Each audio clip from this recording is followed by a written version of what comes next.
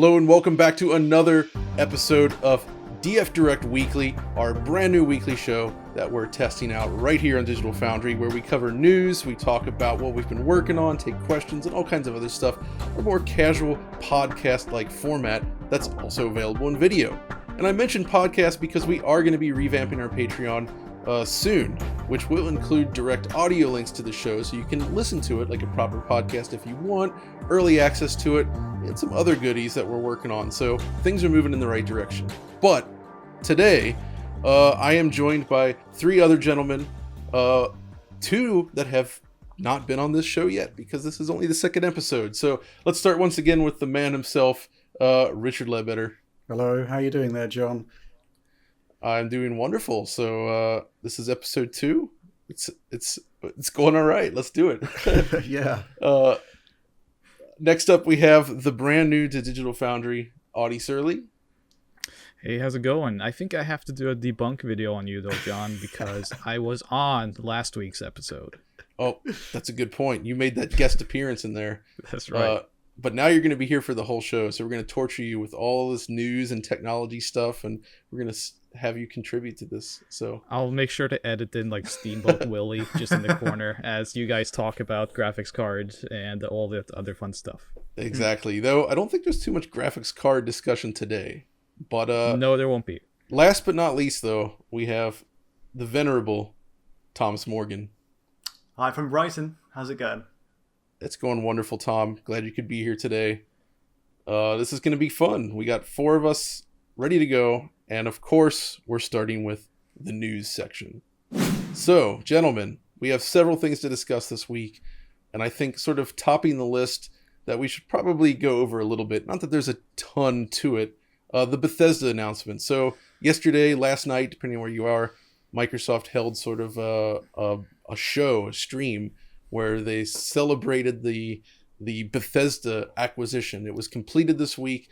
They gave us some more details about the situation, including answering, I guess, the big question everybody had about whether or not Bethesda games would be exclusive to Xbox going forward.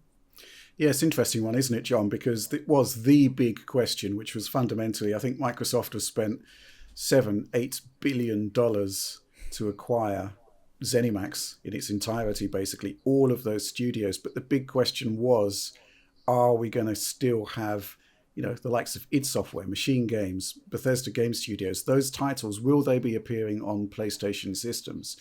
And the answer is, effectively, not really, from what we can understand. Yeah. Basically, existing contractual obligations, I assume stuff like Deathloop, that will all be actioned, as you would expect.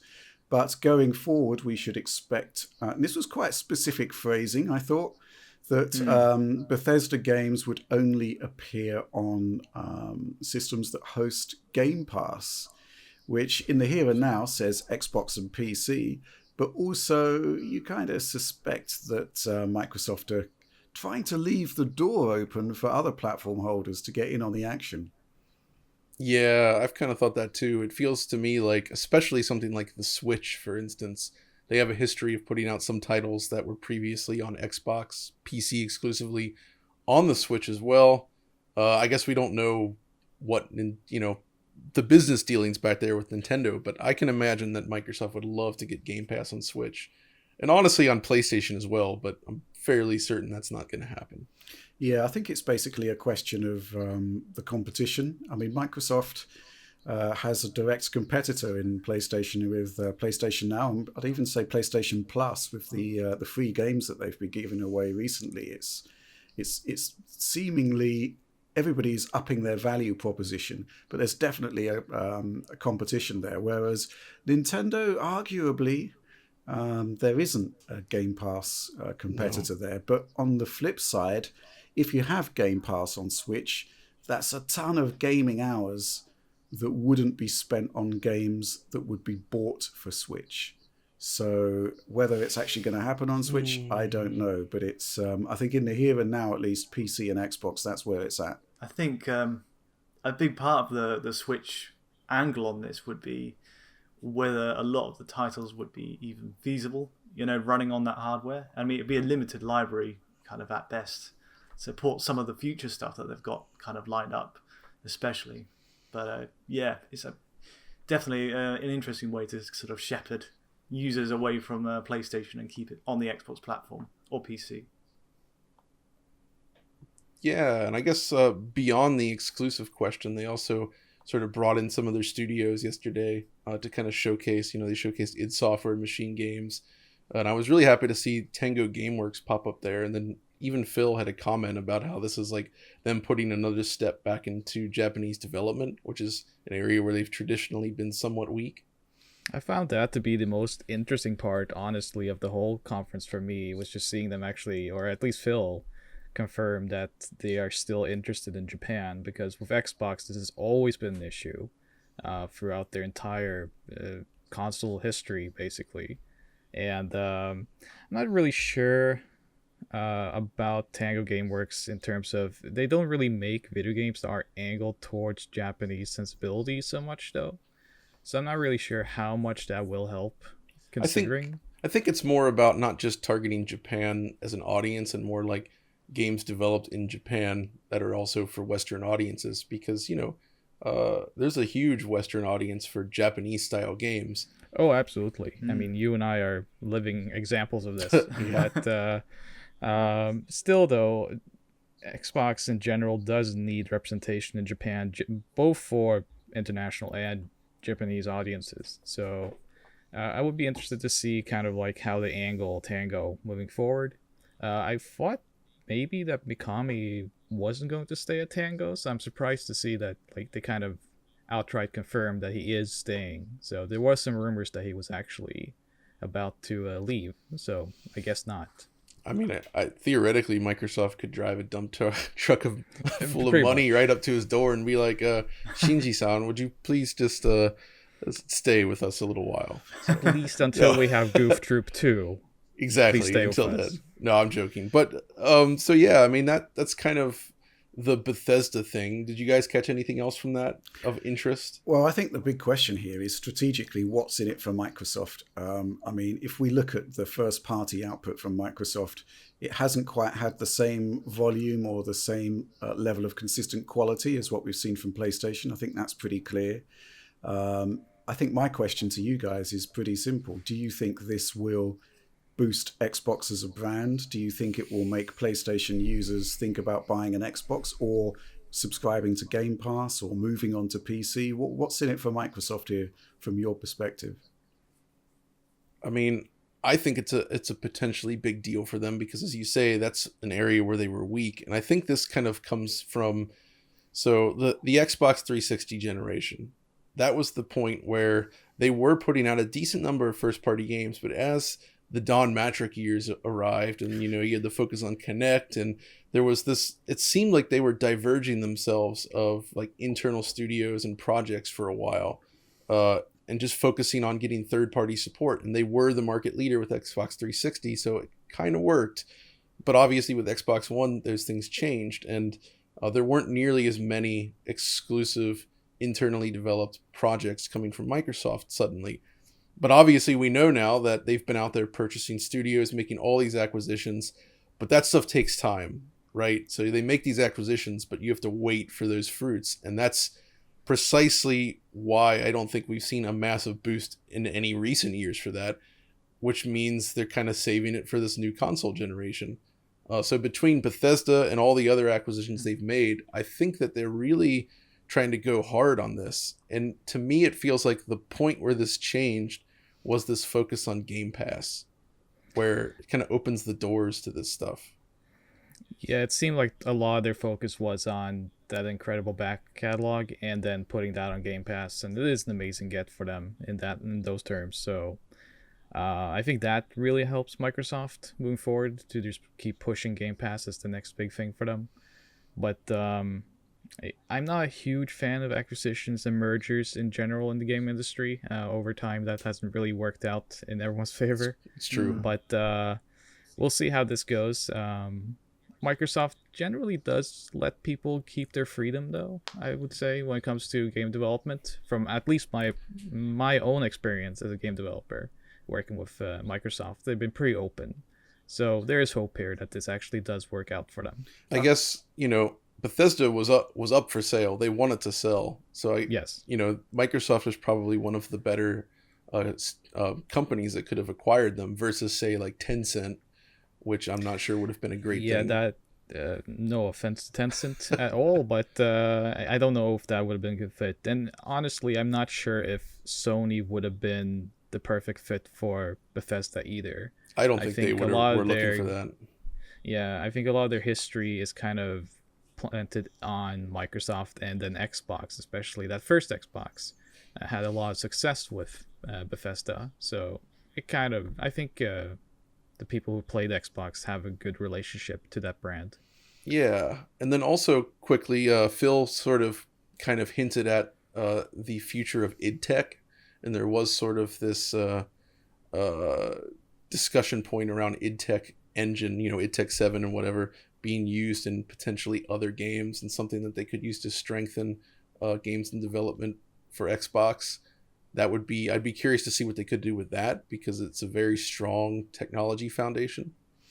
Definitely, and it kind of permeated throughout ZeniMax Bethesda games. It was used in a number of titles and seemed to pay off pretty well for them. So I think having that technology on board and that quality of staff on board, the engineers behind id Tech, it's simply a phenomenal acquisition for them. I think also, come the day when the next Elder Scrolls is out, I think there's going to be a lot of people going out there buying Xboxes.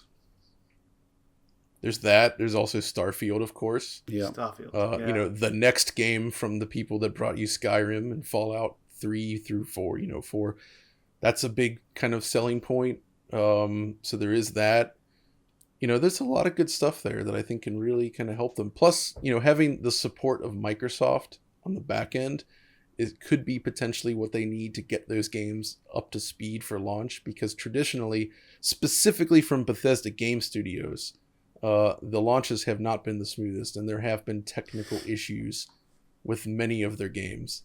And I'd like to think that after this acquisition, Microsoft would certainly pour additional resources into ensuring that those games can be the best they could be right at launch. Yeah, I think also it's a really good move for Bethesda because, to be honest, they've released a lot of great games in recent years that haven't been sales successes, which would be phenomenal and possibly gain a new lease of life on Game Pass, and it gives them a bit more security there. So not just Game Pass, I think just being exclusive sort of increases the buzz around a game. Fans sort of flock to it more. We've definitely seen that on the PlayStation and Nintendo side. I think we would see it here as well.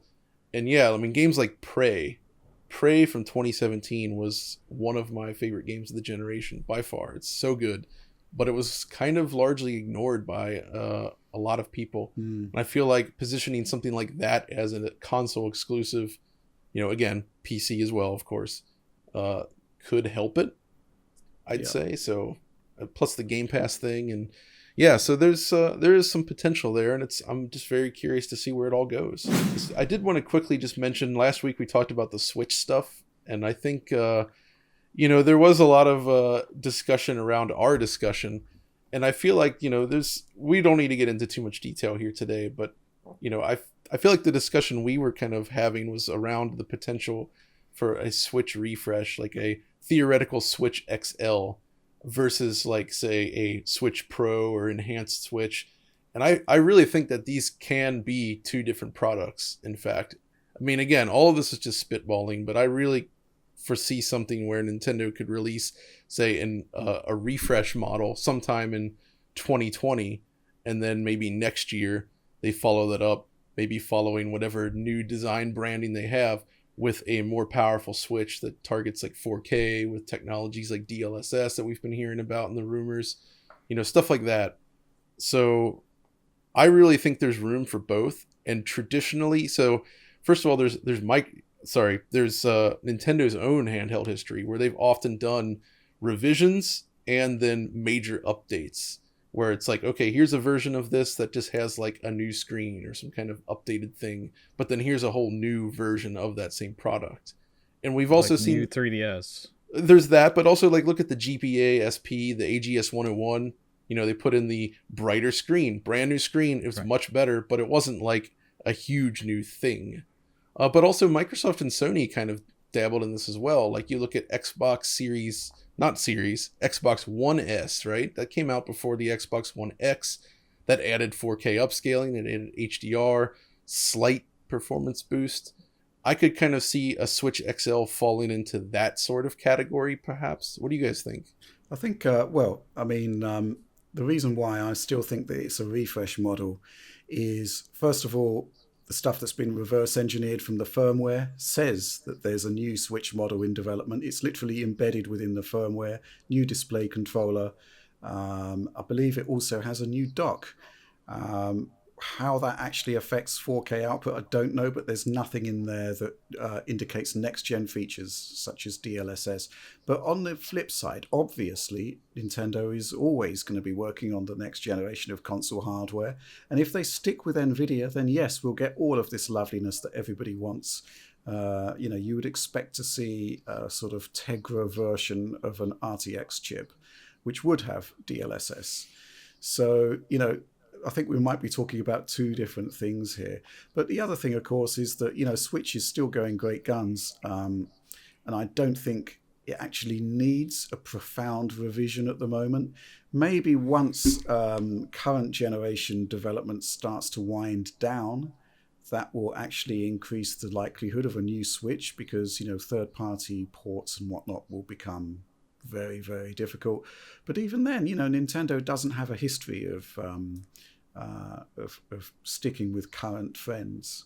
So, well, that's true, but they definitely have a history of revising their hardware a lot. Mm-hmm. So I would expect to see a new Switch of some description, maybe this year, maybe not. I mean, there is still a semiconductor production shortage. That's true. I think it makes a lot of sense. I mean, we've been covering Switch games for a while, and we've seen how they work with the dynamic resolution scaling and a lot of adaptability kind of built into the games, which, I do wonder if that's a mandate from, Nintendo themselves to say to developers, there may be something down the line for, hardware that could tap into what these games can do. Say if they're dynamics, 720 to 1080, that'll now go to 1080 if it's running on better hardware. So, yeah, there's a lot of potential there. And, and obviously, as you guys have mentioned, it's like, this does feel like the DS Lite era of this kind of, of the Switch, because it's like booming success.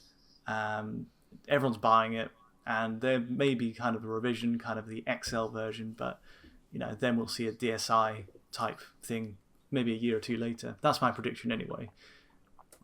While we're on Switch, we should probably briefly touch on first impressions with a new conversion to the Switch, which is Apex.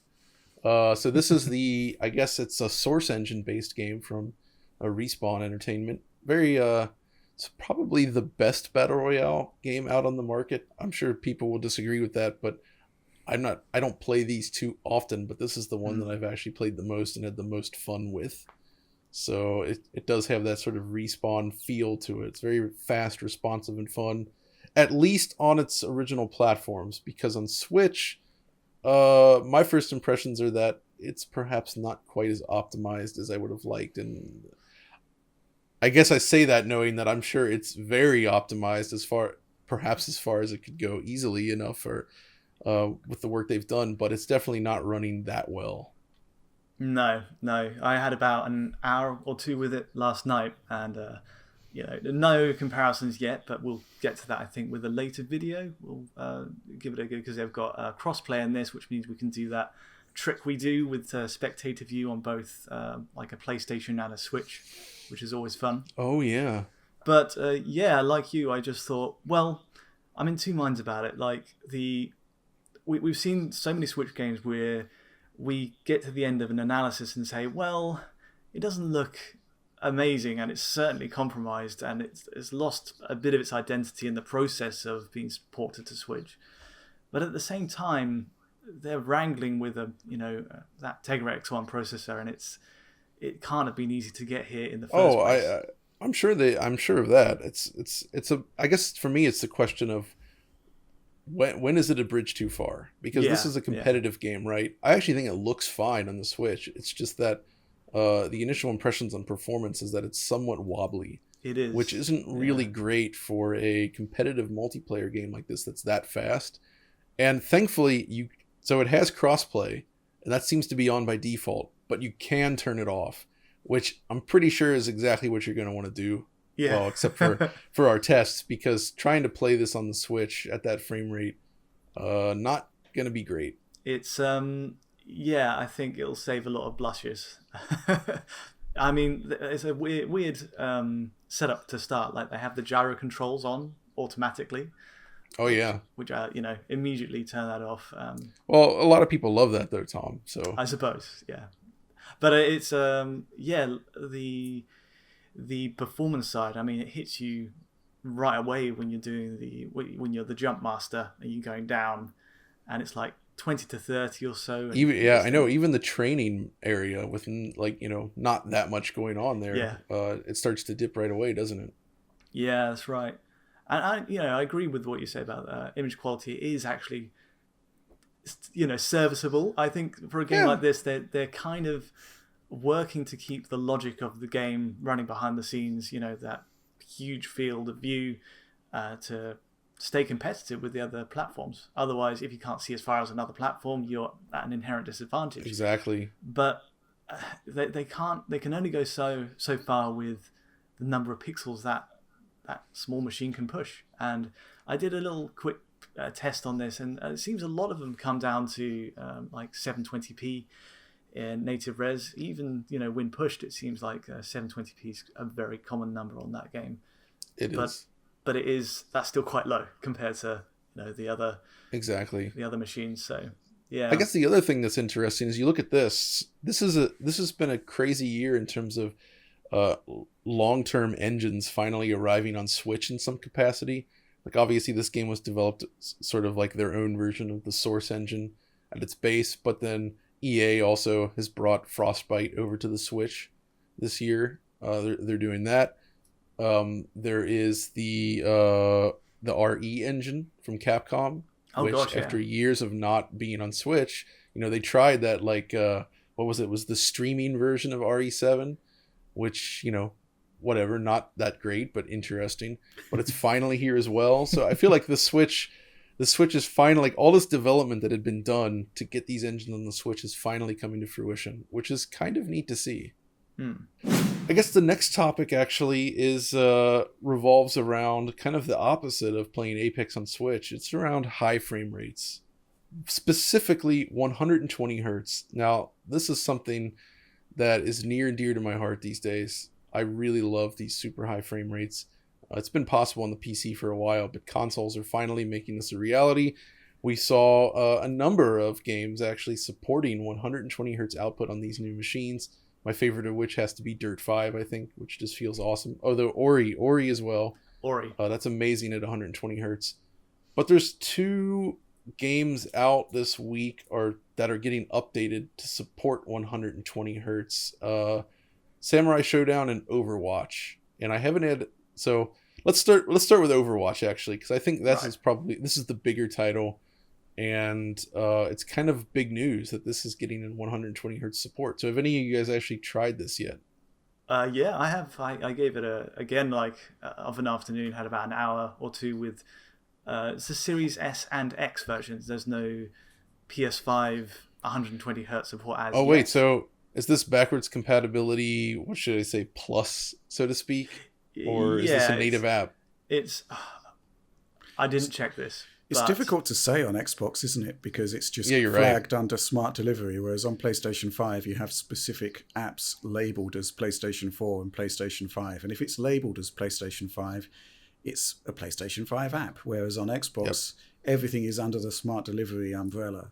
So that's right. It's trickier. That's kind of this dividing line on the PlayStation side is why you don't have, I don't think, Overwatch at 120 hertz, and you don't have Warzone at 120 hertz, which is actually the best battle royale there, John. Just saying. #just saying. Warzone is amazing, but yeah. I think there's a fluid approach on Xbox which has paid off here. They need to go for like a milestone release on PlayStation to get that update in there. But with this, it feels like developers can just add what they need as and when, much like a PC release almost. And for the Overwatch release, the update for Series S and X, you've got 3 modes, so 120 hertz at 1080p on the Series X, and then at the other end of the scale is a 4K 60 mode, which I had a little look at both, and they work just as you'd hope. Like, there's nothing controversial about either of them. They work beautifully. So it seems stable then? Is it actually stable? Yeah, I had about 3 games at 120 FPS, and pretty much perfect. There were like maybe a couple of 5 FPS dips with that tearing is on Xbox. But yeah, it's absolutely, really, really well done. And the 4K mode, on One X they had a dynamic scaler, right. And it was never actually 4K. This time it's actually 4K pretty much constantly. So yeah, they've done really well. I think really 120 hertz is something that's I really hope that developers continue to push for going this generation. But it's tough because your target is so low. In terms of you need to get each frame out there so fast that it's really brutal to do, even on these consoles, especially to do it consistently. So I am a little concerned that as we get further into this generation, we'll perhaps see less of it. But at the same time, if 120 hertz becomes the new 60 and 60 kind of becomes the default, it's hard to complain about that either. So we'll see how that goes. But I guess... So Samurai Shodown is one I haven't had a chance to try it yet, and we might have to talk about that in the future, but that's a really excellent fighting game, a fantastic iteration, Samurai Shodown. Not the first time they've done 3D in Samurai Shodown, but it's probably the best attempt at it yet in terms of visual style. This was a fantastic return of form for SNK when it came out, and I really enjoyed it. As you know, John, I play mostly fighting games when I have some spare time. When I used to have it, at least. And I actually haven't played a 120 hertz fighting game yet, and I'm very curious how this would work, because Samurai Shodown on at least the PS4 Pro, I still struggled a bit with latency with Samurai Shodown, so I'm wondering if this new patch then would... I wonder how it would feel in comparison. I'm actually curious about, for fighting games specifically, how this is going to impact playing competitive multiplayer online, for instance. Yeah. And I don't think it's a huge deal because there's going to be other latency issues along the chain, from the display to network latency. There's lots of different factors there. But I do think it'd be interesting it should feel a lot better. And I think 120 hertz is such a good thing for fighting games in general, I guess, and I do think it would still... I don't know. I mean, I don't know enough about the hardcore fighting game community to say whether or not going to a double the frame rate would actually impact the timing of the moves. I mean, I'm a huge fan of just about every fighter I can get my hands on. I've not gone as hardcore as like learning like frame inputs on like combos, but it is... Wait, you're a big fan of War Gods? No. All right. I have played it, and it was an interesting time. I'll tell you what, though, that Rise of the Robots, awesome. All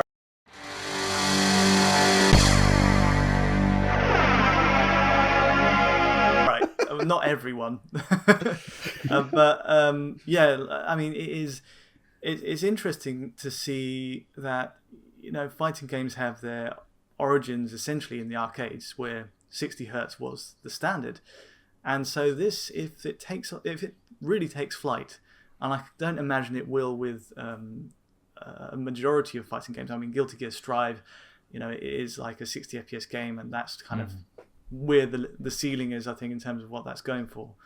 But if it does take off for older games, I think it will change the way the competitive scene views how to build combos, and the timings on these things will kind of shift. I think it's an interesting development, and I actually think that in terms of CPU load, CPU logic, it's probably quite low on a fighting game compared to something like Warzone or those type of massive sprawling battle royales, and Dirt 5, all of those car physics. I'd imagine that the CPU burden of a fighting game is probably a lot lower, so therefore it becomes a question of GPU. Lower the resolution, you're good to go if it's a 3D fighting game. So I think there is potential here, and I'm kind of interested in seeing whether anyone's going to push it further or whether it will introduce a kind of disparity in the gameplay experience that will not go down well with the hardcore fighting community. See, I kind of feel like somebody needs to take a chance on making like a new arcade iteration of a fighting game that targets 120 hertz in the arcade and makes it standard. Like, I'm looking at you, Sega. It's time for more Virtua Fighter. I was going to say, I would think that like a new Virtua Fighter or a new Tekken would be the best kind of guinea pig for a 120 hertz 120 standard. Would love to see it. This, for fighting games, in order for them, or fighting game fans, in order for them to adopt it, I think you really have to do a gorgeous, very fluid-looking 3D fighting game. I think 2D, it could definitely work. But I think that's so ingrained in what Tom was saying, in that arcade era, 60 hertz, pixel precise frame count gameplay. So I don't think 120 hertz is the way to go there just now. No. Yeah, you might be right, but anyway, I hope for a bright future for 120 hertz, and that's something we will continue to examine and discuss as more games launch with this feature. That's the hope. There is, on the flip side of frame rate, there's resolution. And this is something, there was a little bit of a discussion recently on Twitter about this, wasn't there, Rich? Yeah, essentially the question of whether there's too much of a focus on resolution in our coverage.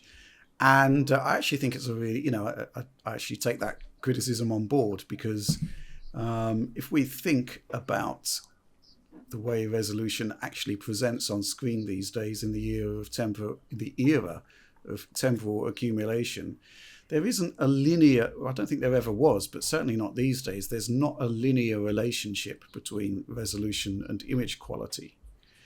So, no. And especially when you're in a living room environment where you're sitting quite a way back from the screen, that's kind of something else that we need to factor in. I think that's why checkerboarding on the first-party PS4 Pro games in particular kind of worked really well. You got the 4K hit, and yet it was all done on a 4 teraflop GPU. Question is whether these metrics matter. And I think it was based on the Outriders video that you did, Tom. Now, here's the thing. In terms of Outriders, there was actually a relationship, I think, between the resolution and the performance difficulties, or the performance drops, rather, that were seen in the Xbox versions. So I do think the data is valid on that. But I do question the concept of this relationship between image quality and pixel counts. And I agree. And also when we talk about DRS windows and lowest bounds, you're not often at the lowest bounds. So that's the thing, is it's the average is more important than the lowest bounds. The lowest bounds is just a little factoid that's interesting, but the problem is people often take that and run with it and say, oh, this game is this resolution, and that's just not true. I mean, if you go back to the beginning of DRS, I think the first time I saw it in the modern era was on Wipeout on the PlayStation 3. It had quite a naive horizontal scaler. It was a 1080p game, but you could see when it was at the lowest bounds because there was, aliasing artifacts, sawtooth edges and whatnot. And then you could see, hey, this is a really interesting trick. Not quite as successful as, native resolution. In mimicking native resolution, but when you look at the games of today, it's actually really difficult to kind of differentiate the various different dynamic resolutions we see. So that's something actually I kind of wanted to touch on this, because one of the questions I always see is, you guys used to place importance on resolution and now you're doing less so. Why is that? And this is something that's really interesting to think about, and it kind of ties into the history of both displays and the pixel counts themselves. Like, before Digital Foundry, there was CRTs. I still use CRTs. They're great. But the way they handle resolution is fundamentally different than like a flat panel display. And resolution just didn't really matter back then. Like, you could have 320 by 240 pixels and it looks glorious on a CRT. And the art was made for this. But once, I think pixel count only really became important once we made the jump to flat panels in general, like LCDs, plasma, and the like. And so when Digital Foundry was first founded, before any of us were a member of it, Richard had just kind of started this thing off.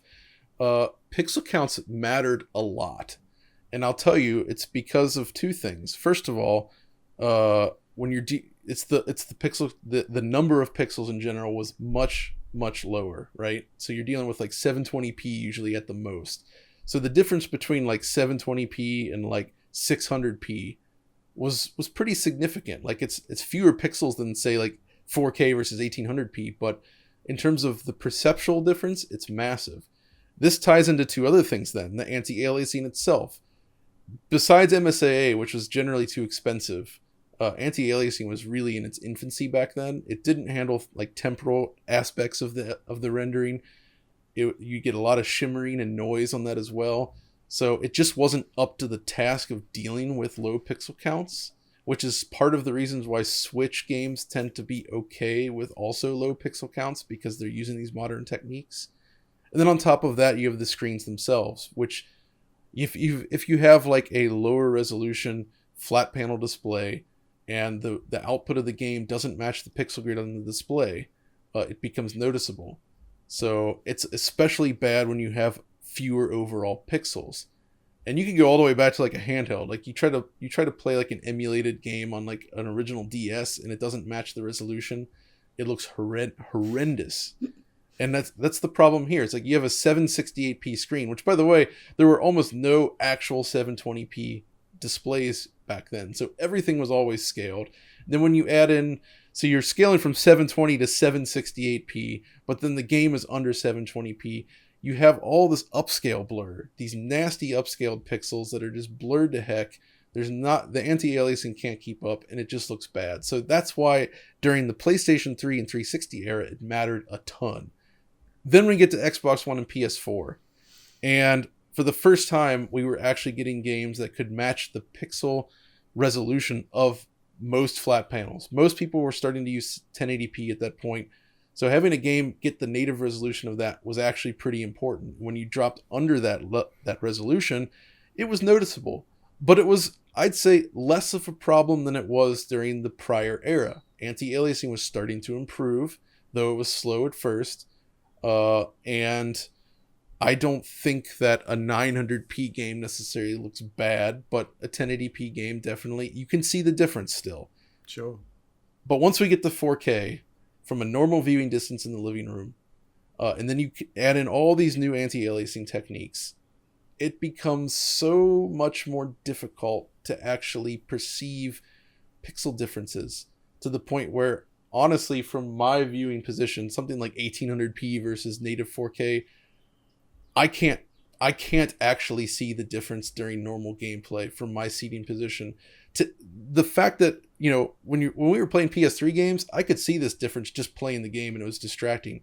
Now, to see the difference, I actually have to capture the file, bring it over to the PC, go through frame by frame, and actually compare and contrast and like look for tricks and, frame cuts and all this stuff.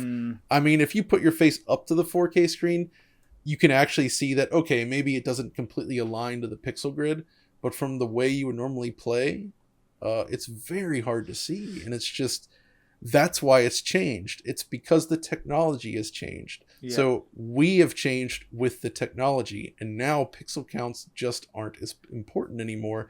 And this is due both to the displays, but also the hard work of developers that have poured so much R&D effort into essentially conquering shimmering, right? Like that's where this is all about. This is about getting rid of that noise, the shimmering artifacts you get when the image moves around. And that's what brings us closer to pre-rendered visuals. And we're getting really close to it now, I think.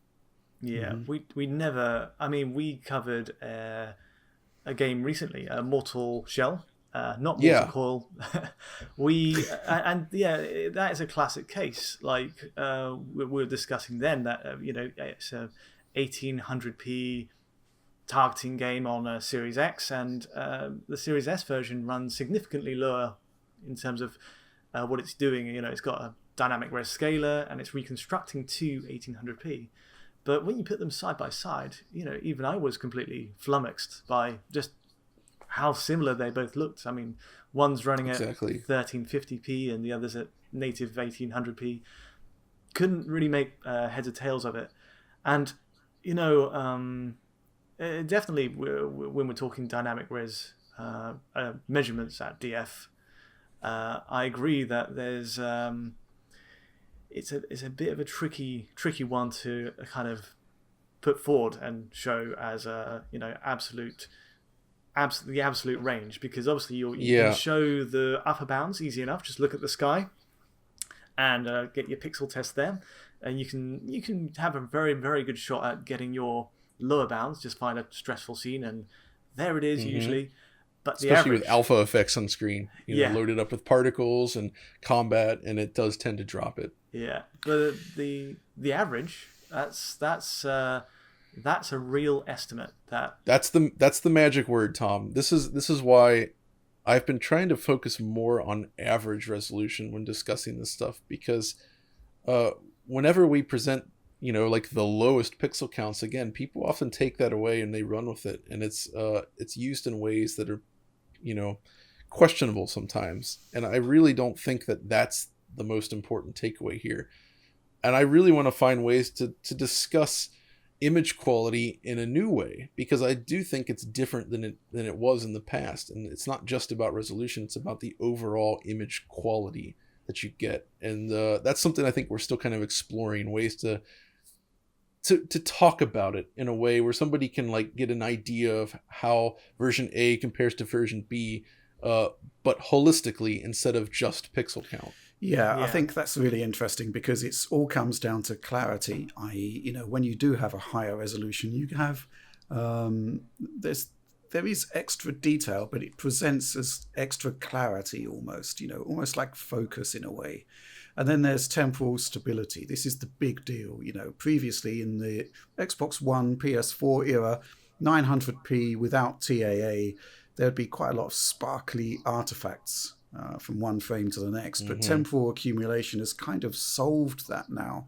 And this is the other thing to bear in mind. We can do a pixel count and the result may be, native in quotes 1440p. But temporal accumulation means that it will be taking information from wireframes, which may have been rendered at a lower native resolution or a higher native resolution. And then all of that information is combined into the current frame. So, yeah, it is really difficult. And I kind of would really like to have a way to easily visualize clarity, because that is basically the only gain you really get from higher native resolution in the current era. That's it. And, it's kind of manifests almost like, the Series X version is clearer than the Series S version. Yeah. I think the other thing, though, is, going back to Outriders, and I think Mortal Shell, is that these numbers are kind of useful in that they help to explain performance differentials. You can say, well, based on what we know of the Series S hardware and the resolution it's running at here, maybe the resolution is too high, and that's why we're getting these performance drops. But at the same time, I'm kind of thinking maybe we should be leaning more on dynamic resolution to basically keep performance higher, because certainly in the case of Unreal Engine, it does a really good job. I think the problem is when you go too low on the resolution. And it's a problem that we saw on the last gen machines, and it's a problem that you see on Switch, where if the core resolution is too low, TAA, temporal accumulation, it's not going to save you. It's just going to look really blurry. But it's like Ark Survival Evolved on the Switch, which goes to almost like Mega Drive resolution, which looks great on a CRT. The Mega Drive does, but when you add temporal accumulation blur to the Switch output that's already upscaled, it's just soup. But if you go back to the big discussion point at the end of last year, which was AC Valhalla, Oh yeah. basically, I think Ubisoft made the right call on the Xbox Series X version. They reduced the lower bounds and you got a much more stable experience, and you didn't That's the really way. notice the lower bounds had been changed. We had to wade in there and explain how it worked. And in explaining how it worked, it actually brought a lot of flack down on the developer, which, is kind of insane. And I agree. they should have done the same thing on the PlayStation 5 version. They'd have had nothing to lose, really. So I mean, that's the key, is performance drops are infinitely more noticeable than Exactly. a slip in dynamic resolution scaling. Mm-hmm. Yeah, I think we can leave it there. There's going to be a lot more examples of this, and I would, in an ideal world, I would prefer to just completely eliminate pixel count numbers and replace it with some kind of index of image quality that is related to clarity. But at the Yep. same time, going back to Outriders, going back to Mortal Shell, we have a kind of explanation for performance drops when the DRS windows seem to be out of step with the capabilities of the hardware. So those figures are still relevant.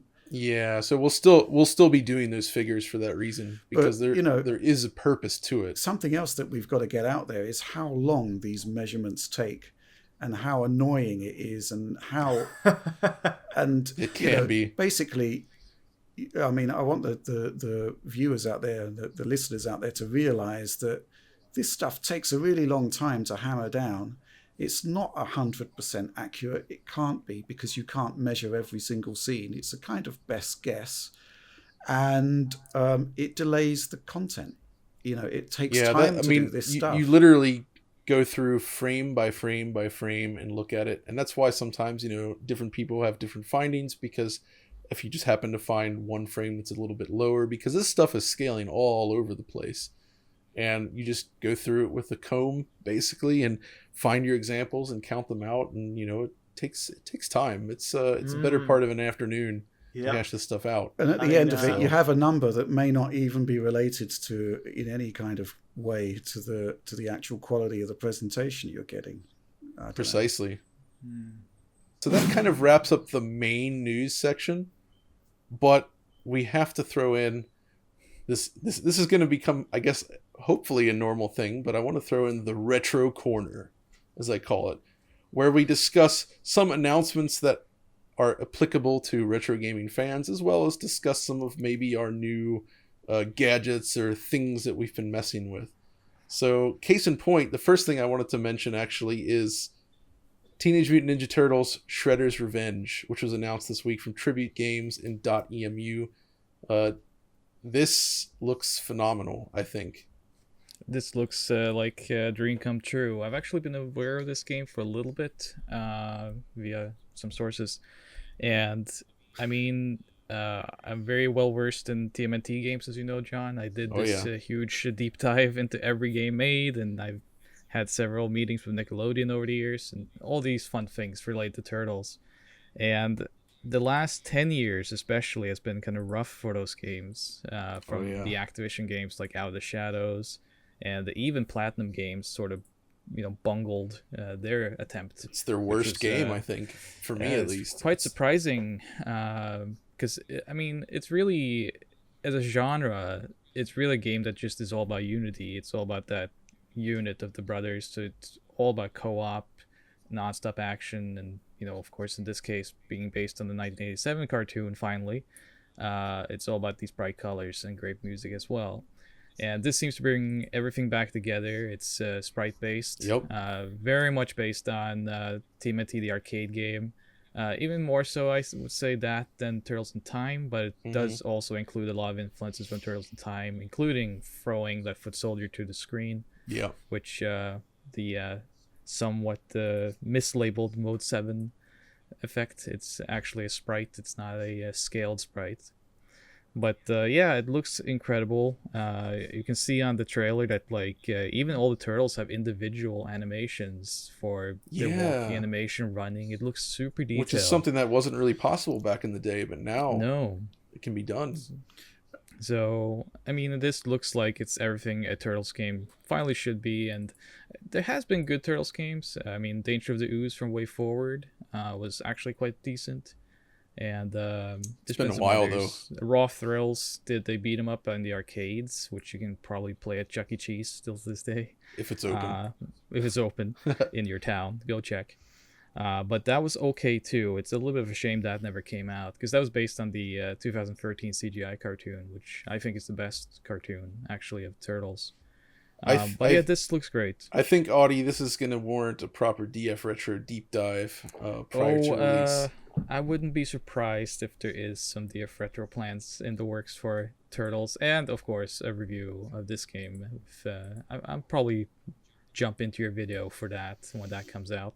Oh yeah, most certainly. But also, I don't know if you'd noticed, but the actual, and this has been a problem for Turtles game in the past, is that the music, the theme song, was done by Chuck Lorre, who did like Two and a Half Men and all these comedy shows, and he actually wrote the original cartoon theme. And until Nickelodeon bought the rights, they couldn't use it, which you remember on those 2003 cartoon games, when you unlocked Turtles in Time and whatnot, they changed the music. Because it was based on that. And then, of course, Reshelled, which I can tell you stories for days about that game, but that's for another day. But that also changed the music because of that property issue or licensing issue. But that's now all taken care of. And the theme song for this trailer was sung by Mike Patton. Yeah, that was of course most famous for doing Spencer in Bionic Commando, the reboot. That's right. Didn't he do? He's known for anything else. Didn't he do the voice of the creature in The Darkness? Yes. From Starbreeze. He has a very strange video game legacy, that man, as well as, of course, an incredible musical legacy. Yes, of course. But I couldn't believe it when I heard the vocals and recognized it was Mike Patton singing the Ninja Turtles theme song. So strange to hear. But we are in a strange timeline. But either way, it's looking cool. There will definitely be more Turtle stuff coming up because you and I, we love it. It's great stuff. So just to cut in here quickly, isn't this game being developed? I mean, I read this online, so it might not be true. Isn't it being developed by the guys who did Streets of Rage 4? So it's related to them, but the actual development is being done by Tribute games for them. Right. Okay. Right. So .emu, they basically helped publish and make Streets of Rage 4, but that was done over in Montreal, I believe, with those guys, and also in France as well. So it's kind of a partnership thing again. Okay. So, but they obviously had good luck with Streets of Rage 4 in terms of the impact it made. So it makes a lot of sense to try their hand at another brawler like this and bringing back Turtles, which I think is probably, next to Streets of Rage, the series that people have the most fondness for in this genre. Say, yeah. So I would say this is a logical next step. And, when Streets of Rage 4 came out, the success of it, we always hoped would bring back the brawlers, the classic brawlers, the belt scrollers, whatever you want to call it. And now we're seeing Turtles come back in the perfect fashion. Absolutely. And what do you think is next, though? What's the next brawler that you would want to see? I don't know, maybe Capcom will be like, all right, it's time for the actual final fight. I was going to say, I would like a new final fight as well. We'll see, though. We'll see. Would Golden Axe count? Yes. Well, yeah. Did you play that reboot they did on the 360, though? I did. You weren't happy with that? I did the live stream on that. That was with the developers. Yeah. Oh, you're talking about wait, was there multiple ones? Yeah, there has been multiple, yes. Not the one you live streamed. Okay, no, there was the other. Yeah, there's been several. Man, losing track. It's like Dragon Rider or something like that. Yeah, that's the one. Beast Rider. Yeah, that one. That one was not the best. But anyway, the next thing I wanted to talk about briefly from personally is actually this, which is a NeoGeo Pocket Color. I love this system. I put a new screen in it. So I just wanted to highlight this for people that might be interested. Essentially, I got the screen from Alibaba. It was like 47 euros. It's an IPS LCD panel, and it has the retro pixel function, which essentially it's a high enough resolution panel that they're able to draw these like thin black lines between all of the virtual like game pixels. And so when you compare this to an original LCD from one of these systems, it basically looks identical. So you get the perfect looking pixel scaling. The pixels look just as they did before. That's the key. But of course you get, modern backlight, smooth motion. Everything looks great. It's a much, much nicer looking screen. And it's bright, which is key.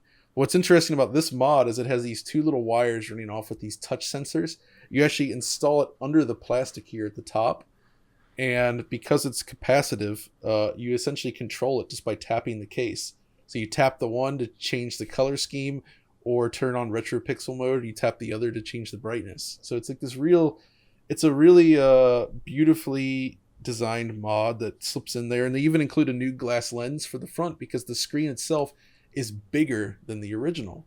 So you get slightly more visible area, which is important because the previous mods for this thing used much smaller screens, and those were not great. So in comparison, this is a huge step in the right direction. And I think they also... So I have one of these screens for the Game Boy DMG. They also do retro pixel for, I think, Game Boy Color and maybe even the Wonder Swan. So definitely look those up if you're into playing classic handhelds and want a really nice screen upgrade for it. NeoGeo Pocket has seen a bit of a resurgence because like they've been releasing those games on Switch recently. That's right. And whatnot. And I mean, it's a great library. It's not huge, but it's quite good. So there's some bangers on there. Worth You got checking out. Sonic the Hedgehog's on there. Sonic Pocket Adventure. It's really solid. So this is the one that's got Card Fighter Clash, right? It does, yeah. Well, that was pretty much the only game I played on mine. Which is great. Yeah, that was a popular one, yeah. That's the same system, though. It even has you can use a link cable to connect it to the Dreamcast. Oh, wow. So there's synergy there. Before Nintendo did that with the GBA, you could buy that cable to connect your NGPC to the Dreamcast. So, great. There's Plus, even Neo Turf Masters on that. I have Neo Turf Masters for this. That's great. And this clicky stick, man. This is the best. This is the best thing that was ever put onto a handheld device. It's this little. It's just like the NeoGeo CD, where it's a micro switch based joystick that's like sort of recessed in this little here, and it feels so good. You need to put that it's up so to the microphone and do like ASMR with the micro switch. And whisper as you do it. Just say, NeoGeo Pocket Color. Say dirty things about the NeoGeo, John. All right. That's good stuff. That'll be a Patreon bonus. Patreon bonus. Like dirty talking NeoGeo. 3 hours of it. Oh yes. Before we move on to the next section, Audie, did you want to quickly mention something about the Tokyo Game Music Show report? Yeah, just quickly note, because I don't think many people are aware of it, and it would be fun to kind of point out that last weekend on the 6th of March, there was the Tokyo Game Music Show. And it's a show that I've been having a lot of fun with in the past. It's actually quite relatively new, but it is a show where both fans and industry legends of video music come together.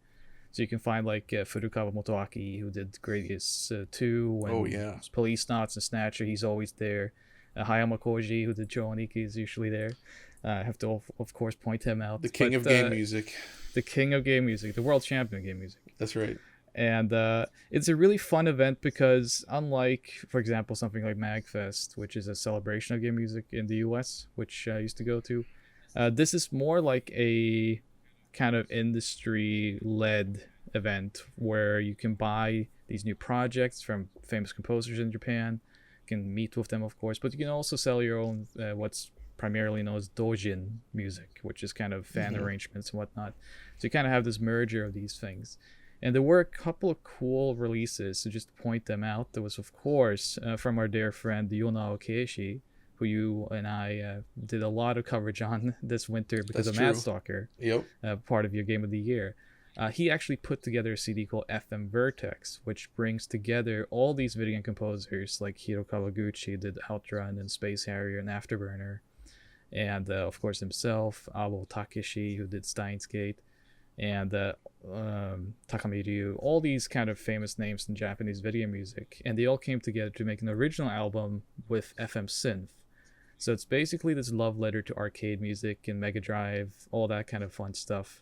And they sent me the CD, and it sounds incredible. I've never heard anything as cool as this, and I of course love when the original composers come back and work on the old hardware. So this is a really cool celebration. And they did note that actually they are selling the album now, and they ship internationally at some places. They didn't tell me where, But if you look for FM Vertex, I'm sure you can find it. And if you're into video music, that's All one right. to really pick up. And Cool. our friends at Suntada also released an album, which I think you would find kind of cool because they released a CD called Darius Mega World, I think, or MD Mega Oh World, yeah. which combines the soundtracks for the Darius Sega Genesis mini version and the new cartridge version. And there's been some confusion regarding what that actually means.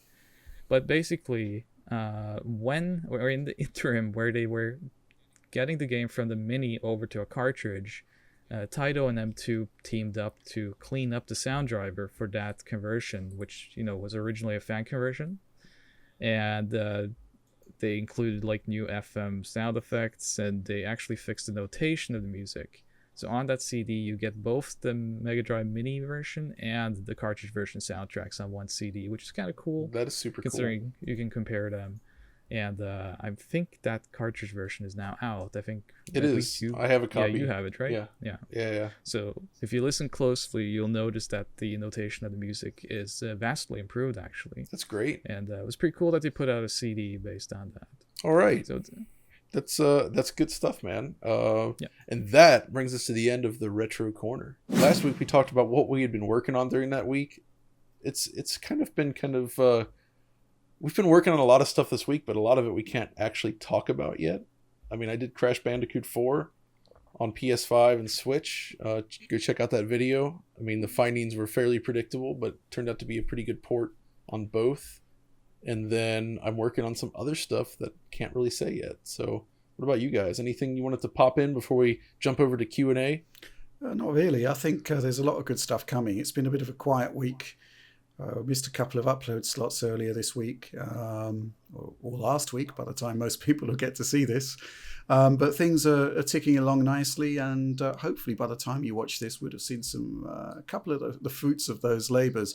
But I think maybe we should move straight on to questions from our supporter program community. And we're going to kick off with an interesting one from Crazy Frog. I'm not going to be doing any Crazy Frog impersonations. I mean, I hesitate to bring up the name, but his name is Crazy Frog. And basically he said a while back, you said, you being me, because I did say this on the Discord, that there won't be a PlayStation 5 Pro. Maybe you can expound on that. First of all, bonus points for the word expound. And also bonus points to you, Aldi, for bungling, which you said earlier, which I think is a word that we don't use enough. But but I'm bringing it back, baby.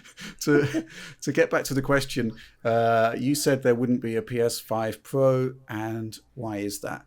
How could you? Well, the reason why there was a PlayStation 4 Pro was essentially because there was a sea change in display technology. There was going to be big volume shipments of 4K displays.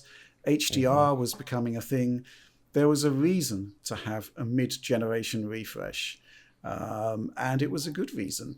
And at the same time, you got a bunch of other benefits. Like I think towards its latter days, a lot of PlayStation 4 Pro releases actually ended up being really good 1080p releases. So there was a bit of a bonus there from extra horsepower on traditional displays, but I don't think that alone would have generated, would have necessitated a whole new console. In terms of why I didn't think there would be a PlayStation 5 Pro, simply because the amount of money it costs to make the PlayStation 5 in the here and now is such that the platform holders are going to be recouping that investment across the generation. I don't think 8K displays are going to be as much of a driving factor in terms of the need to create a new console.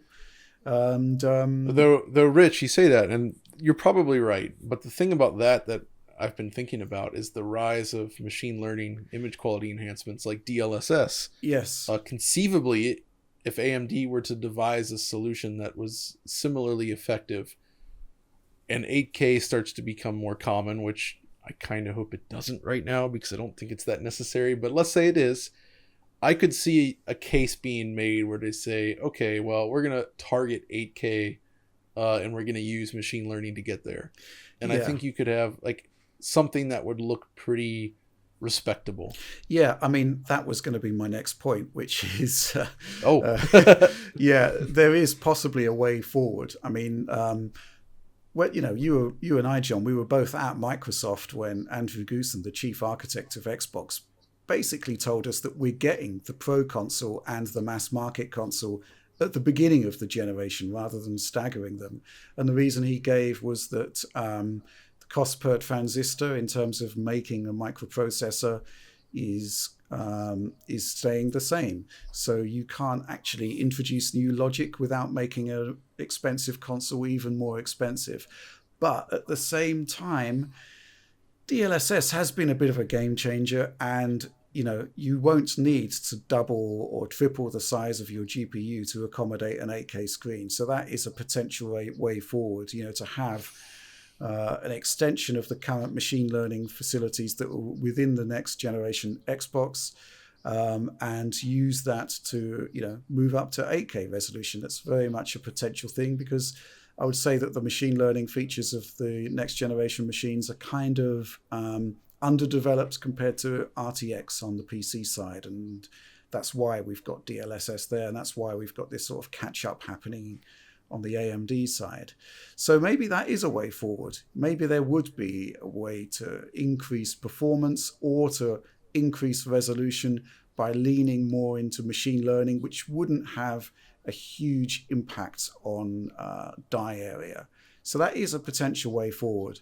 But we do need to keep an eye on the sheer cost of these machines, because it's already onerous, and I can't see it being that much cheaper a few years down the road. I mean, if you look back, we got PlayStation 4 in 2013 and the Pro in 2016. 3-year difference. That's not actually that long. So I have expounded. Do you think we're actually going to see 8K on the PS5, which it's on the box, and they've said support is coming? Do you think we'll actually see anything 8K on the PS5 as it exists now? Maybe I have had a sneak peek at the Sony roadmap on the SDK, and 8K display support is on there, as is VRR, as is TBC, which says, to be confirmed, which could mean anything, right? That's what it says. But, 8K is on the box. They have said it's going to support 8K. So, it will happen, but it's not going to be, very few games are going to be native 8K. And I guess we'll have to see what happens there. Yeah. Any more points on that one? Not for me. No? Good. Okay. Cliptacular here. Interesting question. With regards to games like Control Ultimate Edition, what's everyone's preferred mode to play on console? 60 frames per second or ray tracing mode? It's got to be 60 frames a second. I'm quickly tired of the... I mean, ray tracing's lovely and all that, and Alex might kill me for this, but I just after spending so long with that game, I thought, I can't play it at 30 anymore. It's 60 all the way. That's a tricky one, because I had played through the game on my PC with ray tracing at 60 frames per second already. So it's kind of like giving one of those up on the console side. But for me personally, when I spent time with the console version, I did play in ray tracing mode, because I really just wanted to explore and see how those consoles delivered such an ambitious ray tracing implementation, and also see for myself how it compares to the PC version. Right. So that's what I went with for that one. Yeah, I went 50-50, but I played quite a bit of it on Series S because I did the captures for the performance review there. So I was mostly on 60 FPS mode by default. But, I do think that based on the results we saw from the photo mode, which unlocked the frame rate, I still think the option is there for, a lower resolution that does have ray tracing and targets 60 frames per second. And we have a precedent here with Spider-Man Remastered and Miles Morales. And if we're talking about that game, I'm going to be playing the 60 FPS mode with ray tracing enabled. Yes. Which kind of 100%. Which kind of answers that question for me on a more hypothetical scale. I'm pretty much like Tom in the sense that like after a few minutes it kind of just wears off on me and I go back to 60 frames per second just for the general experience. So it's nice to look at pretty things, but eventually I just kind of stop noticing, which is probably says more about me than the games. Well, speaking of you, Audie, the next question could actually be right up your alley. It's from Gabe, and he says, if you guys could bring back any cancelled game, what would it be? Now, you're the historian amongst us here. There must be a whole host. Okay, so there's two answers that count here. So the first one is obviously the one that we're all thinking about, Thunder in Paradise on Super Nintendo. Of course. That should never have been canceled, and it's a damn shame. But the other answer, I think that like the most sad cancellation must be Mega Man Legends 3. You know, that was, they brought it out, you know, they even put that beta out and there was so much hype, and I think at least me and John will agree that Mega Man Legends is a great series, including Misadventures of Trombone. And then, you know, they just pulled the rug on that game and we never saw it again. So if I have to bring back any game, it would have to be Mega Man Legends 3. Maybe not even the same fashion that they showed it off in, but just to bring Mega Man Legends back. Okay. That's a really good answer. The two that I might add to that for myself, if I can also present two. First, I would have loved to have seen Outcast 2 for the PlayStation 2. Because the original Outcast for PC was one of my favorite games on the PC platform at the time. Just an awesome sort of adventure experience that used a voxel terrain. And they first showed off the sequel on PlayStation 2, and all those initial shots looked amazing, I thought. And I remember being super hyped for that game, and then it just didn't work out. So that's a shame. I would have loved to have seen that. And then I guess the other one that sticks out is the canceled version of Prey 2. Right. And now we obviously got an amazing game with the Prey name that probably wasn't even intended to be Prey in the first place. But the Prey 2 that was presented, that original demo looks shockingly great and really interesting. And I'm really sad that we never got to see that go anywhere. So those are kind of my picks. My pick would be Crackdown 3. It wasn't cancelled, but the original the original version of the game was.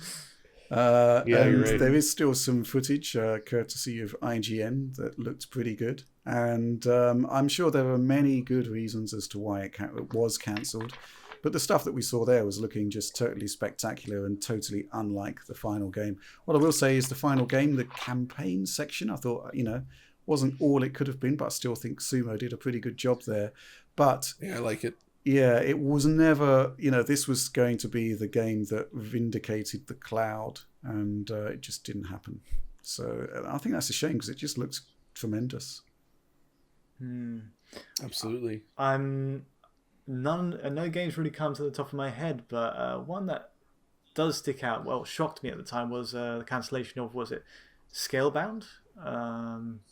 Scale, yeah. Yeah, and I was I was thinking, man, I was really hoping to have an RPG of that level on Xbox, and then it just disappeared, fizzled, in my hands, and I was like, and it came off the back of a couple of sort of delays and I think cancellations on Xbox side, which I thought was a bit of a shame. But yeah, that's the main one for me.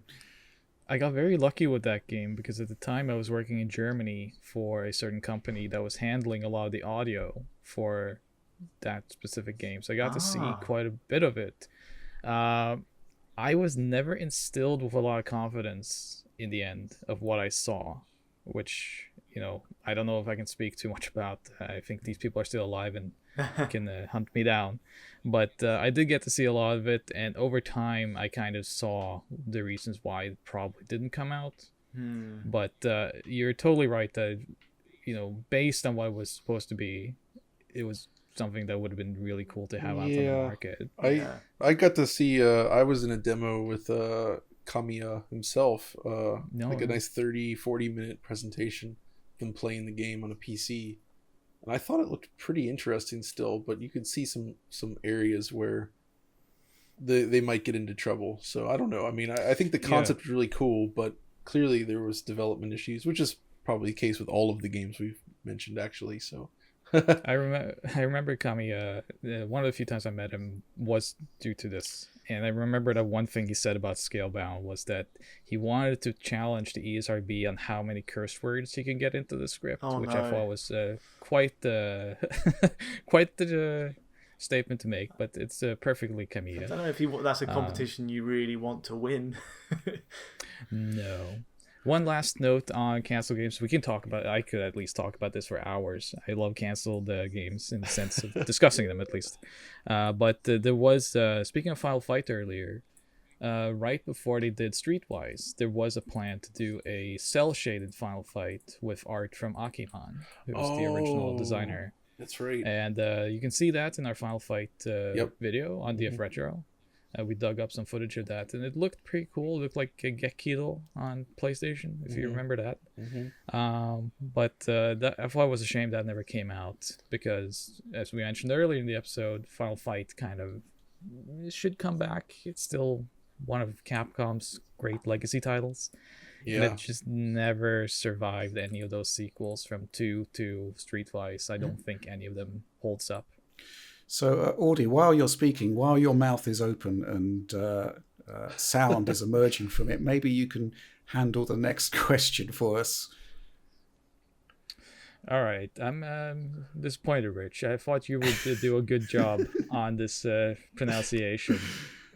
Okay, so from the user Flaggstång Knoppspoleraren, sorry, what was that? Probably Swedish. It is Flaggstång Knoppspoleraren. Sorry, one more time. Flaggstång Knoppspoleraren, okay. Rich. Du måste höra då. And the question. Do you want me to do that in Swedish too? Let's see. When do you guys think AI will be used in games to make actual AI better and not just make the game look prettier? So this is an interesting discussion that kind of opens a bag of worms on what you mean when you say AI better. Because one of the things I've kind of come to learn is that, there's a difference between realistic AI or like realistic behavior and behavior that's fun for a game.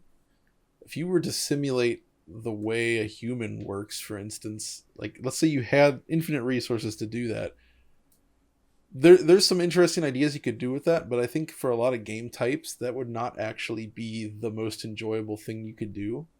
It would just, especially with in the stealth genre, for instance, where, when you're playing with the AI in like a Metal Gear game or something like that, you're literally playing with them, and that's part of the fun. You're playing with these different states that they have, and it's engaging. You have the power in that relationship with that enemy. If they were a realistic human in terms of behavior, you basically couldn't do just about any of those things, because their perception is so much more acute. So it would kind of ruin the gameplay, I think, in a way, because the fact is, you have a controller between you and the character you're controlling, which you wouldn't have in real life. Your perception is already reduced by playing the game. So if they were to behave like an actual human, but they were in that environment, you would be at a huge disadvantage, and it just wouldn't be a lot of fun, I think. So I think the focus should be more continuing to push AI to make it fun to play with, and I think there's definitely room for improvement there. But I don't know. I mean, and maybe AI, as they're talking, could feed into that, and they could make something that's more reactive and more fun for the player to engage with. There's definitely potential there, but I think it's a pretty difficult problem to solve. But though I suspect, due to the rise of AI and machine learning, there's probably a lot of R&D happening in the background on this topic right now. Well, you remember when Fair came out? That was a big thing, right? Well, they flipped tables and they went under the tables, and then they went back under the tables. Yeah. They did that. It was Halo, I think, was the king of combat AI in a shooter. And that kind of got ruined with the rise of Call of Duty for single player shooters, because everything just became pop-up shots where enemies just appear as small distant dots, and they just pop up from behind cover and you shoot them. Whereas in Halo, there's like real movement strategy there, and the AI and the enemies kind of move around you as you move around, and that it's a very active kind of game, which is lost in a lot of those military shooters, I think. I think on a nuts and bolts level, we need the baseline hardware specification of the consoles to actually have full-throated machine learning support, which isn't really the case in the here and now. And it's the consoles that basically drive the big innovations, certainly in terms of the scope of game design. So yeah, I think that's kind of all I've really got to say about that. Should we move on to the next question, which is quite a really nice one? It should be the last question, except I do think that Audie is trying to insert a comedy question at the end based at... I'm right here.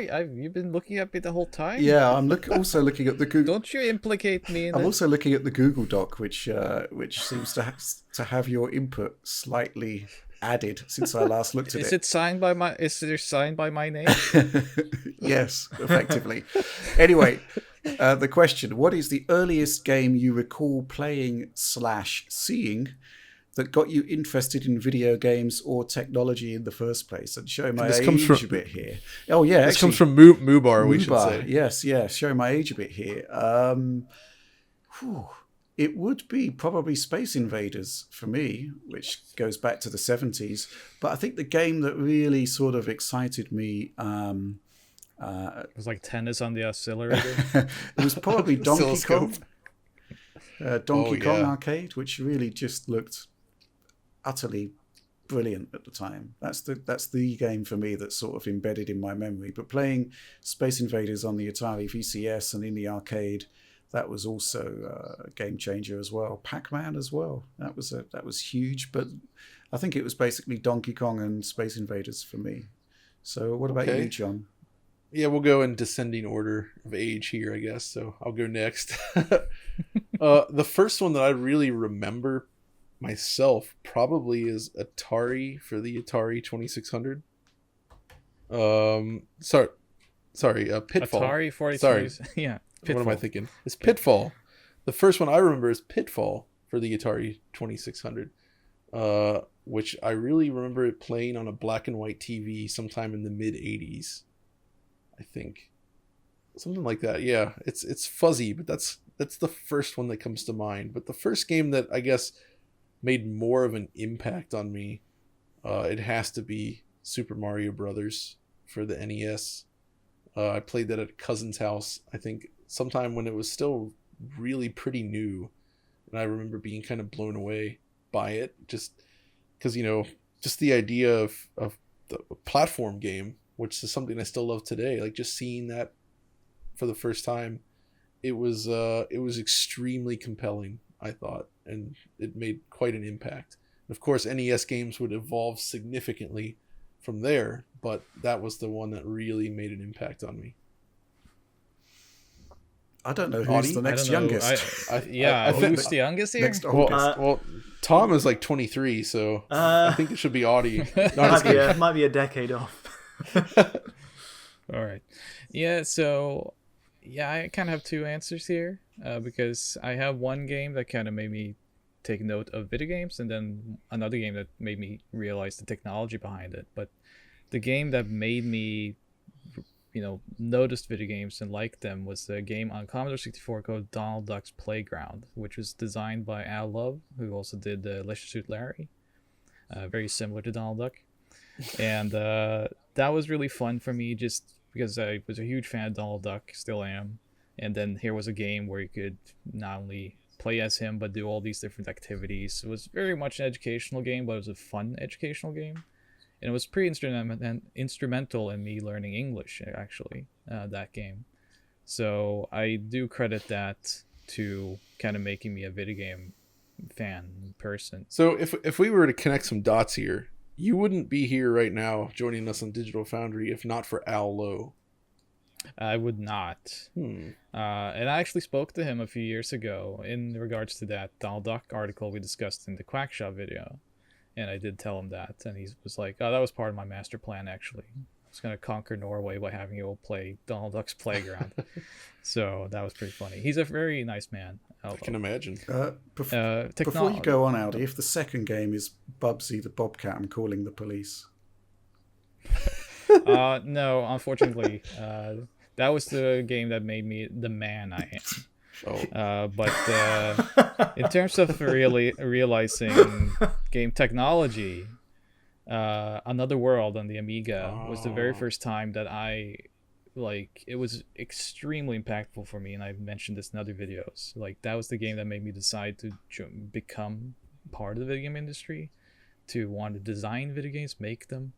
And that was the very first time I can remember that I picked up like Amiga Power and those kinds of magazines to read about how this game was made, because I was so perplexed by just the way it looked, the way it worked, and the fact that I saw the same game on the different consoles, whereas I thought this only could be done on the Amiga. I started becoming very interested in how did they actually port this game with the polygonal graphics and whatnot to Super Nintendo and Mega Drive and all this stuff. So that was the very first time that I became really interested in video game technology. Cool. Tom?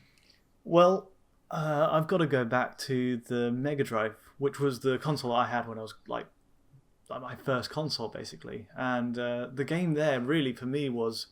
So I got my start with PC gaming because that was the family PC, but then I got the Mega Drive as my own thing that I could play, without disturbing the family.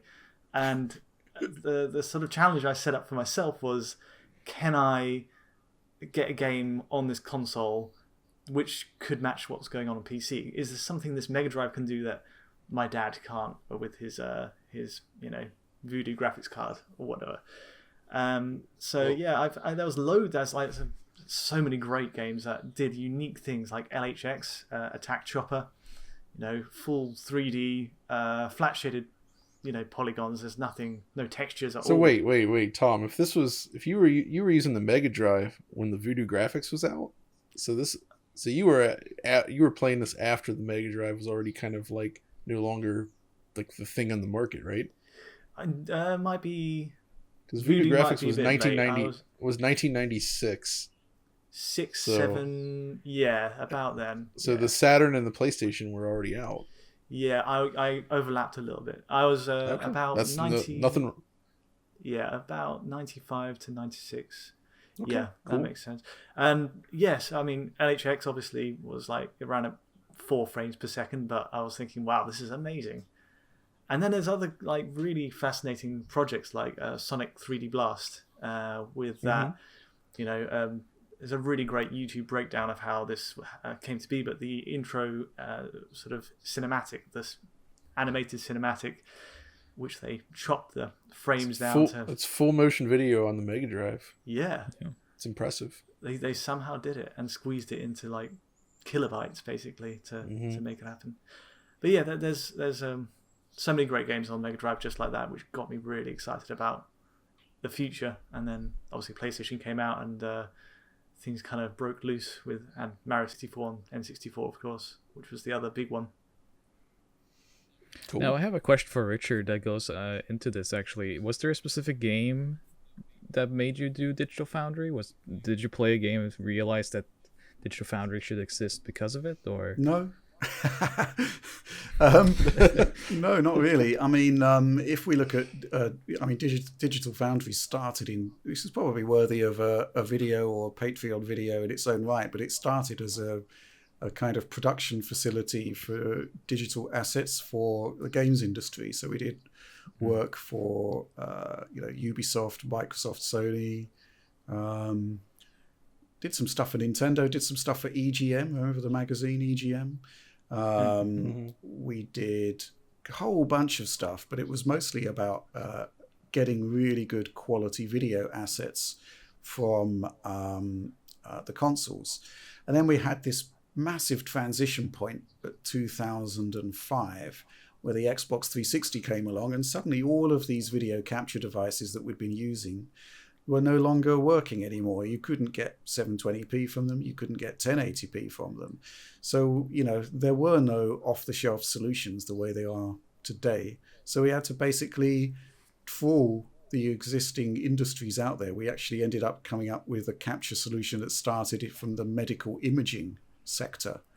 Oh, The card we used cost $3,000, and it could do 1080p, but about 15 frames per second. But this was like 2004, this card came out.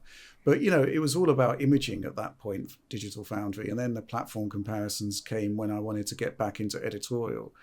But yeah, there wasn't really a game that kind of shaped Digital Foundry as it is today. More this transition into high definition and actually being able to capture 720p at 60 frames per second, which was impossible sort of on most hardware that was available sort of mid 2005.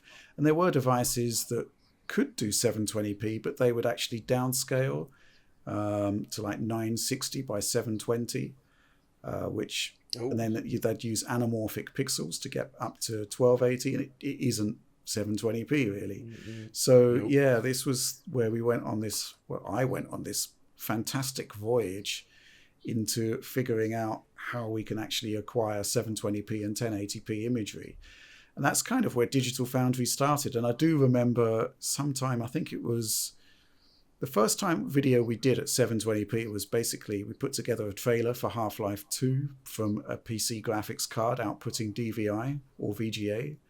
And then I think 3 months before Xbox 360 came out, I actually managed to acquire a loan of an Xbox 360 development kit to actually test that the card that we'd chosen would actually acquire video from an Xbox 360, which was, where we were targeting it.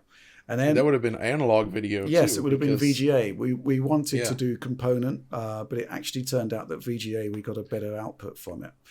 Certainly a better suit for that card. And then there was the whole year of waiting to see whether this card would actually work on PlayStation 3. And so I do remember, hoiking this massive tower PC to the UK developer that had PS3 test kits, just plugging it in to see whether we would actually get a picture.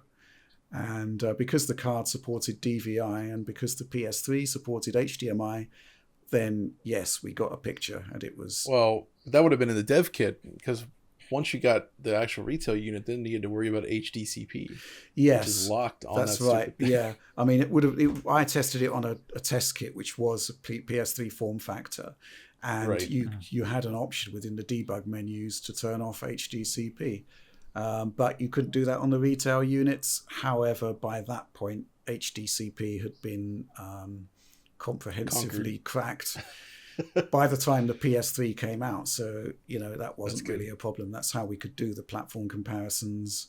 Of course, the funny thing is, we started those in 2007, I think, and we couldn't really do proper like for like until the Xbox 360 gained an HDMI port, which helped a great deal. But I think that's the final question, John. And Aldi here is tapping like a maniac in order to try and get I haven't tapped anything. Get a comedy question in before the end. Well, the question here from the inimitable Bob Dutch. Last week it was what is the best Bubsy game? There isn't. Best Bubsy game. Well, that was a good question. I enjoyed that. Well, this one. Do you prefer Toki or Klax?